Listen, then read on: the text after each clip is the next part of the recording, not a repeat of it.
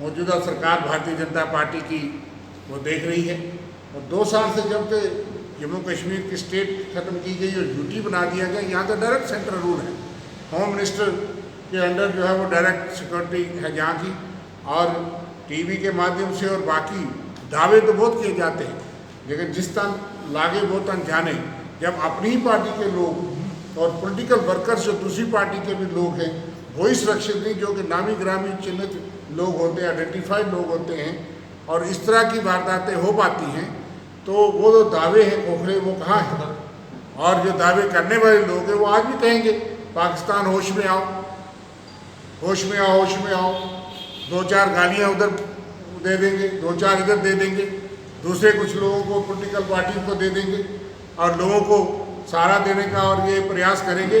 सवाल ये नहीं है आपकी पाकिस्तान को यहाँ से धमकियाँ देना, या उन लोगों को जो पिछली सरकारें जब वो रही उनको कह करके आप बरी नहीं हो सकते अपनी जिम्मेदारी से।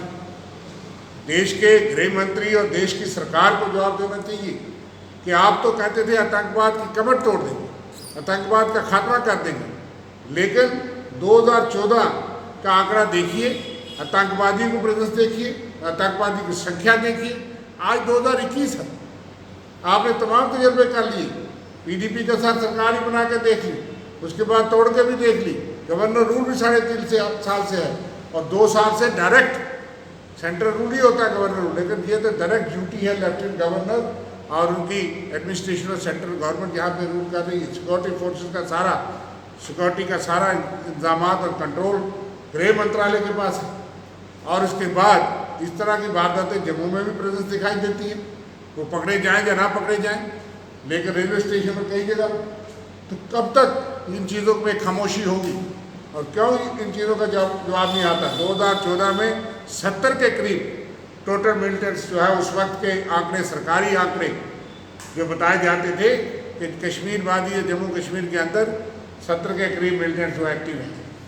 आज 7 साल के बाद हम पूछते हैं कि आपने 250-250 मिलिटेंट एक साल में मारा भी, लेकिन फिर 250 और 300 के बीच में एक्टिव बताए जाते हैं।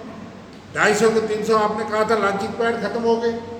200 से 250 मिलिटेंट्स हर बार जब कोई ऑफिसर वो कहते हैं ब्रीफिंग करते हैं तो कहा जाता है कि इतने मिलिटेंट्स क्रॉसिंग के लिए तैयार हैं, और क्रॉस हो भी रहे हैं। इस चीज़ की सबूत भी मिलते हैं। और जितनी वारदातें हुई हैं, कितनी वारदातें आपको गिन के सुनाई जाएँ, लेकिन इस तरह की वारदातें जो कि मिलिटेंसी फ्री हो गया था, आज वहाँ भी ये हालात हैं। जम्मू जिले के अंदर कैपिटल सिटी में ये हालात हैं, श्रीनगर के शहर में जो है वो वहाँ पे इस तरह के हालात बन सकते हैं। और फिर आप फ़ोटो दिखा करके जो देश को बताना चाहें, ये गुमराह करने की बात है। जो कल ये वारदात हुई है इसको बहुत गंभीरता से लेनी चाहिए। पिछले दिनों में जो वारदातें हुई है, हमारी पार्टी की पूरी सहानुभूति है, चाहे वो भारतीय जनता पार्टी के कार्यकर्ता हों, किसी भी पार्टी के कार्यकर्ता हों, किसी भी समाज के वर्ग के लोग हों जो देश के लिए शहीद होते हैं या जिन पे आतंकवादी हमले होते हैं, हमारी पूरी सहानुभूति उनके साथ है। हम पूरी तरह से सरकार के साथ आतंकवाद के खात्मे के लिए खड़े हैं, देश की सेना और सिक्योरिटी फोर्सेस और पुलिस के साथ खड़े हैं। लेकिन हम ये मांग करेंगे कि इन तमाम चीज़ों का कंट्रोल किया जाए, और आने वाले वक्त में और खतरा बढ़ सकता है। इसलिए हम एक तो उन परिवारों के साथ जिनके साथ, चाहे वो जहाँ जम्मू में हो, राजौरी में हो, कश्मीर में हो, किसी कोने में भी जिनके साथ पिछले अरसों में इस तरह की हत्याएँ हुई हैं, अपनी पार्टी की तरफ से पूरी नेतृत्व की तरफ से पूरी सहानुभूति करते हैं। और दूसरी ये मांग करते हैं कि पूरी तरीके से हालात को काबू में किया जाए। जो मिलिटेंसी फिर सर उठा रही है, आपके डायरेक्ट सेंट्रल रूल होने के बाद गृह मंत्री जी और अमित शाह जी इसकी समीक्षा करें और जवाब दें कि क्यों आज राजौरी में भी इनको सुननी पड़ी लोगों की, क्योंकि इनके बड़ी बड़ी स्लोगन और बातें तो रहती हैं। जब भी कोई हत्या होगी, जब भी कोई निर्मम हत्या होगी, तो उसका बहाना कि आपने 4 गालियाँ यहाँ से पाकिस्तान को देने से आप सोचते हैं कि लोगों को गुमराह और भटकाया जा सकता है। मेरे ख्याल से लोग ये समझते हैं कि ऐसा जो है करना मुमकिन नहीं है, और इसलिए हमारी ये मांग है कि सख्ती से इन चीज़ों को निपटा जाए, और ताकि हमारे जो हालात हैं और बदतर से बदतर ना होते जाएं, और ख़ासकर जौहरी पुंछ जिला जो बॉर्डर का इलाका पुरअमन था, उसमें मिलिटेंसी का खात्मा था, वहाँ इसका रिवाइवल होना ये भी एक ख़तरनाक बात है।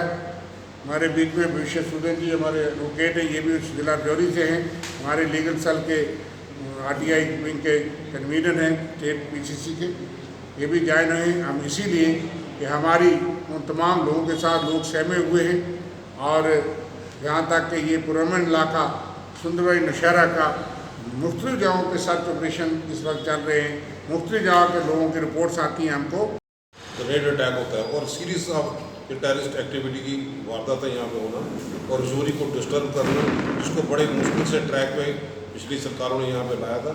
और सीरियस किलिंग्स, चाहे थन्ना मंडी में एनकाउंटर हो, चाहे एक लड़के का घर में आग घुस के उसका गला रेत करके दे दिया, और दूसरी वारदात छोटा सा बच्चा चले गया, बड़े निंदनीय यहाँ पे है। आज अमित शाह हो या डिफेंस मिनिस्टर को जवाब दिए जम्मू कश्मीर के अवाम के प्रति, जो दावे करते थे कि हम आतंकवाद का खात्मा यहाँ पे करेंगे। आए दिन ड्रोन की वारदातों तक तो चलता रहा, लेकिन ड्रोन के बाद कितनी वेपन की रिकवरी यहाँ पे हुई, पुंछ में किस ढंग से रिकवरी यहाँ पे चल रही है। तो ये दर्शाता है कि लॉ एंड ऑर्डर प्रॉब्लम को देखे ये सरकार हर मरले में फेल होकर रहेगी। हम सारे कमिटेड हैं कि टेररिज्म का मुकाबला करने के लिए हम सरकार के साथ खड़े हैं, लेकिन सरकार को सिक्योरिटी ग्रिड को एक्टिवाइज करने की ज़रूरत है। अब इम्पॉर्टेंट गैजेट्स हो उसका इस्तेमाल करें ताकि ऐसी वारदात कहीं ना हो पाए, और जौहरी पुंछ को जो डिस्टर्ब करने की कोशिश है उस पर काबू यहाँ पे लाया जाए और पीसफुल एटमॉस्फेयर को ठीक ढंग से चलाया जाए, ताकि रियासत के अवाम को कॉन्फिडेंस रह सके।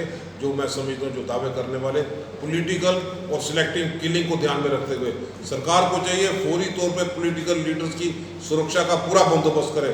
कौन से आदमी जिम्मेवार थे जिन्होंने पॉलिटिकल लोगों की सुरक्षा का बंदोबस्त यहाँ पे नहीं किया? आज घर में भी वो सुरक्षित नहीं है। ये सवाल करते हैं कि अमित शाह और डिफेंस मिनिस्टर जवाब तो कम से कम दे दे। 4 बच्चे की जिसकी शहादत हुई है उसके बारे में 2 लफ्ज़ तो बोल दे, लेकिन मैं समझता हूँ वो बोलने वाले नहीं हैं। वो इस ढंग से वो भी एक्सप्लॉइट करके कैसे लोग सीखना चाहते हैं। हम सब लोग सरकार के साथ हैं कि आतंकवाद का मुकाबला अच्छे ढंग से हो पाए।